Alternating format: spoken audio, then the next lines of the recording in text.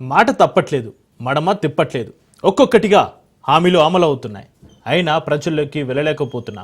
BJP Delhi పెద్దల మాటలివి. తెలంగాణకు కేంద్రం వరాల జల్లు కురిపిస్తుంది. తాజాగా పసుపు బోర్డును ఏర్పాటు చేసింది మోడీ సర్కార్. దీంతో రైతన్నల దశాబ్దాల కాల సాకారమైంది. త్రిబుల్ ప్రాజెక్టుకు కేంద్ర ప్రభుత్వం ఆమోదం తెలిపింది. హైదరాబాద్ అభివృద్ధికి నేనున్నానంటూ భరోసా ఇస్తున్నారు ప్రధాని మోడీ. అయినప్పటికీ ప్రజల్లోకి కమలం వెళ్లడం లేదు. దీంతో తెలంగాణ బీజేపీ లీడర్లకు కొత్త టెన్షన్ పట్టుకుంది. కేంద్ర పథకాలను ప్రచారం చేయడంలో వైఫల్యం చెందామనే భావనలో పడ్డారు కమలనాథులు.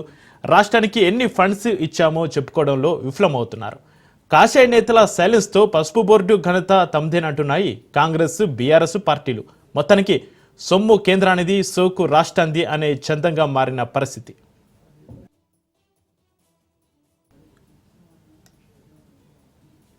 ఇక ఇదే అంశానికి సంబంధించి మరింత సమాచారాన్ని మా ప్రతినిధి రాజు లైవ్లో అందిస్తారు. రాజు, పసుపు బోర్డు ఘనత తమదే అంటున్నాయి కాంగ్రెస్, బీఆర్ఎస్ పార్టీలు. బీజేపీ ఎందుకు మౌనం వహిస్తుంది? బీజేపీ తను చేసిన పనులను కూడా తను ఎందుకు చెప్పుకోలేకపోతుంది? ఎందుకు మౌనం వహిస్తుంది? పార్టీ హెడ్ క్వార్టర్స్లో అసలు ఏం జరుగుతుంది? రాజు.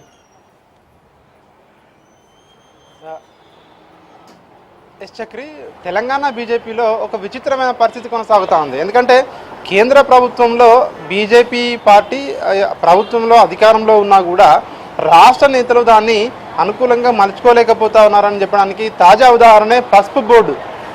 తెలంగాణకు పసుపు బోర్డు అంటే 10 రాష్ట్రాలు కూడా పోటీలో నిలిచినా కూడా అవన్నిటినీ కాదని తెలంగాణకు పసుపు బోర్డు తీసుకొచ్చినటువంటి ఎంపీ అరవింద్ కానీ, అదేవిధంగా కేంద్ర ప్రభుత్వ చొరవతో సో ఇవన్నీ కూడా తెలంగాణ రాష్ట్రానికి పసుపు బోర్డు తీసుకొచ్చినా కూడా ప్రచారం చేసుకోవడంలో మాత్రం రాష్ట్ర నేతలు విఫలమవుతున్నారని కింది క్యాడర్ మొత్తం కూడా ఒకంత అసంతృప్తి వ్యక్తం చేస్తున్న పరిస్థితి కనిపిస్తూ ఉంది. ఎందుకంటే ఇప్పటికే మనం చూసాము, ఇప్పటికే రాష్ట్రంలో బీజేపీ గతంలో ఉన్నటువంటి ఏవైతే పథకాలు ఉన్నాయో వాటన్నిటినీ కూడా అంటే ప్రచారం చేయడం లేదు సరిగా పార్టీ అని చెప్పేసి కూడా ఇప్పటికే పార్టీ నేతలు చెప్తున్న పరిస్థితి కనిపిస్తూ ఉంది. ముఖ్యంగా గత ఎన్నికల సమయంలో కూడా కేంద్ర ప్రభుత్వ పథకాలను కూడా ఎప్పుడు కూడా రాష్ట్ర నేతలు విడమర్చి చెప్పడంలో విఫలమవుతూ ఉన్నారు. తరచూ ఎన్నికల్లో కానివచ్చు, ఇతర సందర్భాల్లో కావచ్చు అని చెప్పి కూడా ఇటు పార్టీ కింది స్థాయి నేతలే అసంతృప్తి వ్యక్తం చేస్తూ ఉన్నారు, ఒకంత అసహనాన్ని వ్యక్తం చేస్తూ ఉన్న పరిస్థితి కనిపిస్తూ ఉంది. ఎందుకంటే కేంద్ర ప్రభుత్వం రాష్ట్రానికి సంబంధించి ఇటు త్రిబుల్ కావచ్చు,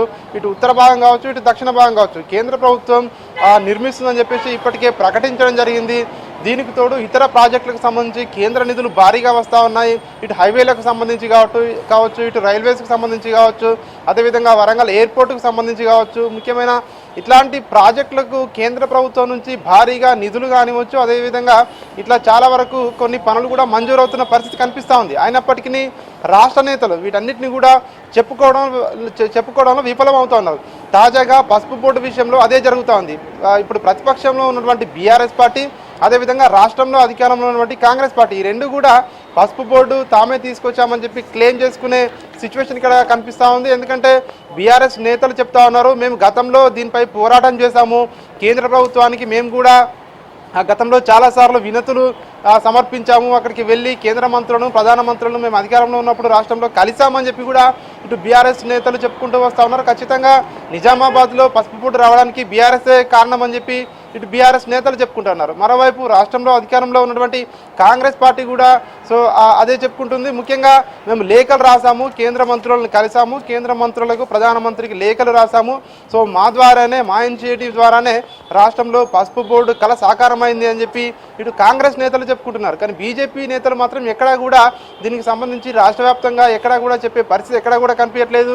ముఖ్యంగా రాష్ట్ర పార్టీ కార్యాలయంలో ఒక ప్రెస్ మీట్ పెట్టడం కానీ, రాష్ట్ర వ్యాప్తంగా ఏదైనా సంబరాలు లాంటివి కానీ, అంటే ఎట్లాంటి కార్యక్రమాలకు కూడా పిలుపునివ్వకపోవడము బీజేపీ నేతల్లో అసలు ఏం జరుగుతుంది అన్నటువంటి ఆలోచన కార్యకర్తల్లో నెలకొని ఉంది. ముఖ్యంగా రాబోయే రోజుల్లోనే స్థానిక సంస్థల ఎన్నికలు కూడా అతి దగ్గరలోనే ఉన్నాయి కాబట్టి దీనికి తోడు చెప్పుకునే అంటే ఏవైతే పనులు ఉన్నాయో చేసిన పనులను కూడా చెప్పుకునే పరిస్థితిలో లేదు బీజేపీ పార్టీ అన్న సిచ్యువేషన్లో మనం ఉన్నామా పార్టీ నేతలమని చెప్పి కూడా కింది స్థాయి కార్యకర్తలు కావచ్చు, కింది స్థాయి లీడర్లు కావచ్చు ఒకంత అసహనం వ్యక్తం చేస్తూ ఉన్నారు.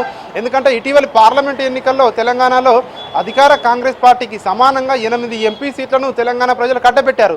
ఈ 8 ఎంపీ సీట్లను కట్టబెట్టి ముఖ్యంగా కేంద్రంలో కేంద్ర ప్రభుత్వం ఏర్పాటుకు 8 ఎంపీ సీట్లు కూడా చాలా కీలకంగా మారాయి. సో అట్లాంటిది సో ఎందుకు మరి రాష్ట్రానికి కేంద్ర ప్రభుత్వం ఇంత చేస్తూ ఉన్నా కూడా మరి ఎందుకు చెప్పుకోవడంలో విఫలమవుతా ఉన్నారని చెప్పి కూడా చెప్తున్న పరిస్థితి కనిపిస్తూ ఉంది. ఇప్పటికే 8 మంది ఎంపీలు 8 మంది ఎమ్మెల్యేలు ఉన్నటువంటి బీజేపీలో ఇప్పటికే అంతర్గత పోరు ఒకవైపు నడుస్తూ ఉంది. ఆ నేతల్లో అనైక్యత ఉంది. అందరూ కలిసి ఒక దగ్గర ఒక మీటింగ్ పెట్టుకునే పరిస్థితి లేదు అని చెప్పేసి ఇప్పటికే చాలా రోజులుగా కూడా మనం చూస్తూ ఉన్నాం. సో ముఖ్యంగా రాష్ట్రానికి అధ్యక్షుడిగా ఉన్నటువంటి కేంద్ర మంత్రి బండి ఇప్పటికే కిషన్ రెడ్డి కూడా ఆయన కేంద్ర ప్రభుత్వ కార్యక్రమాల్లో బిజీగా ఉంటా ఉన్నారు.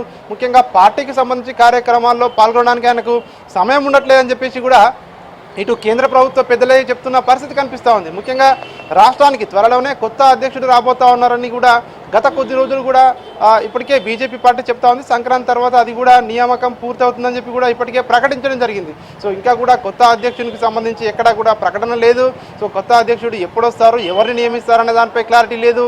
ముఖ్యంగా ఎవరి లాబింగ్ వాళ్ళైతే చేసుకుంటున్న పరిస్థితి కనిపిస్తూ ఉంది. అధ్యక్షుడిగా కావాలని చెప్పి ఎవరికి వారైతే కేంద్ర ప్రభుత్వం చుట్టూ బీజేపీ పెద్దల చుట్టూ అయితే ఇప్పటికే చాలా వరకు కూడా లాబింగ్ అయితే చేస్తూ ఉన్నారు. కానీ రాష్ట్రానికి సంబంధించి పార్టీ పటిష్టత కోసం ఎట్లాంటి చర్యలు తీసుకోవడం లేదని చెప్పేసి బీజేపీ పార్టీలో భిన్నాభిప్రాయాలు అయితే వ్యక్తమవుతున్న పరిస్థితి కనిపిస్తూ ఉంది. ఎందుకంటే రాబోయే స్థానిక సంస్థల ఎన్నికలు అత్యంత కీలకం బీజేపీకి. బీజేపీ 2028లో తెలంగాణలో ఖచ్చితంగా అసెంబ్లీలో ఖచ్చితంగా సత్తా చాటాలి, ఖచ్చితంగా ప్రభుత్వాన్ని ఏర్పాటు చేయాలని చెప్పేసి కూడా ఒక లాంగ్ టర్మ్ గోల్ గతంలోనే పెట్టుకోవడం జరిగింది. దీనికి సంబంధించి ముందుకు వెళ్ళాలంటే ఖచ్చితంగా స్థానిక సంస్థల ఎన్నికల్లో బలపడాల్సిన అవసరం ఉంటుంది. స్థానిక సంస్థల్లో బలపడడం ద్వారా మెజారిటీ స్థానాలు గెలుచుకోవడం ద్వారా రాబోయే శాసనసభ ఇతర ఎన్నికల్లో అక్కడ ఈజీగా గెలుపుకు అవకాశాలు ఉంటాయి. సో అట్లాంటి సిచ్యువేషన్ కాదని స్థానిక సంస్థల ఎన్నికలను కూడా లైట్ తీసుకుంటుందా బీజేపీ అన్న రీతిలో ప్రస్తుతం బీజేపీ రాష్ట్ర నేతలు వ్యవహరిస్తున్నారు అని చెప్పి కూడా కింది స్థాయి పార్టీ శ్రేణులు అయితే ఒకంత అసహనాన్ని వ్యక్తం చేస్తున్న పరిస్థితి కనిపిస్తూ ఉంది. సో చూడాలి మరి బీజేపీ నేతలు రాబోయే రోజుల్లో సో ఎట్లాంటి కార్యక్రమాలు తీసుకుంటారు. సో కనీసం చేసిన పనులైనా చెప్పుకునే స్థితిలో ఎందుకు లేరు, మరి వాళ్ళని ఎవరు అడ్డుకుంటున్నారు అని చెప్పేసి కూడా ఇట్లాంటి ప్రశ్నలు అయితే ఆ పార్టీ క్యాడర్లో ఉత్పన్నమవుతున్న పరిస్థితి కనిపిస్తూ ఉంది. సో ఇవన్నీ కూడా ఇట్లాంటి సమస్యలన్నీ కూడా ఇవన్నీ కూడా ఇంకా ఎన్ని రోజులు పడతాయి ఇవన్నీ సమస్య పోవాలంటే అని ఒక సగటు కార్యకర్త మాత్రము ఒకంత నిరుత్సాహం వ్యక్తం చేస్తున్న పరిస్థితి అయితే బీజేపీలో స్పష్టంగా కనిపిస్తూ ఉంది. చక్రి రాజు, త్రిపుల్ ఆర్ ప్రాజెక్టుకు కేంద్ర ప్రభుత్వం ఆమోదం తెలిపింది. హైదరాబాద్ అభివృద్ధికి నేనున్నానంటూ ఒకవైపు ప్రధాని మోడీ భరోసా ఇస్తున్నారు. అయినప్పటికీ ప్రజలకి కమలం పార్టీ వెళ్ళలేని పరిస్థితి అయితే కనిపిస్తుంది. మీరు అన్నట్టుగా ఇప్పుడు లోకల్ బాడీ ఎలక్షన్స్ కూడా రాబోతున్నాయి. ఇప్పటికైనా బీజేపీ నేతలు సీరియస్గా తీసుకొని ప్రజలకి వెళ్ళే అవకాశం ఉందా? మీరు అన్నట్టుగా వాళ్ళ అంతర్గత పోరు ఇంకా తారాస్థాయికి చేరే అవకాశం ఉందా? ఇకనైనా సర్దుమానికి ప్రజలకి ఎప్పుడు వెళ్ళే అవకాశం ఉంది? రాజు, ముఖ్యంగా పార్టీలో ఇప్పటికే గ్రూపులు ఉన్నాయని చెప్పేసి కూడా ఇటు బీజేపీ నేతలే బహిరంగంగా చెప్తున్న పరిస్థితి కనిపిస్తూ ఉంది. ఎందుకంటే ఉన్న 8 మంది ఎమ్మెల్యేలనే ఆ ఎమ్మెల్యేలందరూ కూడా కలిసికట్టుగా లేరు. ఉన్న 8 మంది ఎంపీల్లో 4 గ్రూపులు ఉన్నాయని చెప్పేసి కూడా పార్టీలో బహిరంగంగా నేతలే చెప్పుకుంటున్న పరిస్థితి సో మనకు కనిపిస్తూ ఉంది. సో ఇట్లాంటి సిచ్యువేషన్లో పార్టీకి సంబంధించి పార్టీని ఇంకా స్ట్రెంథెన్ చేయాలి. ముఖ్యంగా బూత్ స్థాయి లెవెల్లో ఇంకా కూడా దాన్ని ఆ పార్టీని పటిష్టతకు ఎవరు కూడా పాటుపడడం లేదన్న విమర్శ అయితే ఒకంత మనకు కనిపిస్తూ ఉంది. సో చూడాలి మరి కొత్త అధ్యక్షుడు వచ్చేంత వరకు కూడా పార్టీలో ఇట్లాంటి కార్యక్రమాలు ఇట్లాగే కొనసాగుతాయా, లేదంటే ఇక నుంచి అయినా ఇవన్నీ కూడా పక్కకు పెట్టి పార్టీని ఏకతాటిగా ముందుకు తీసుకెళ్తారా అనేది మాత్రం మనము చూడాల్సి ఉంటుంది. Right, thank you Raju.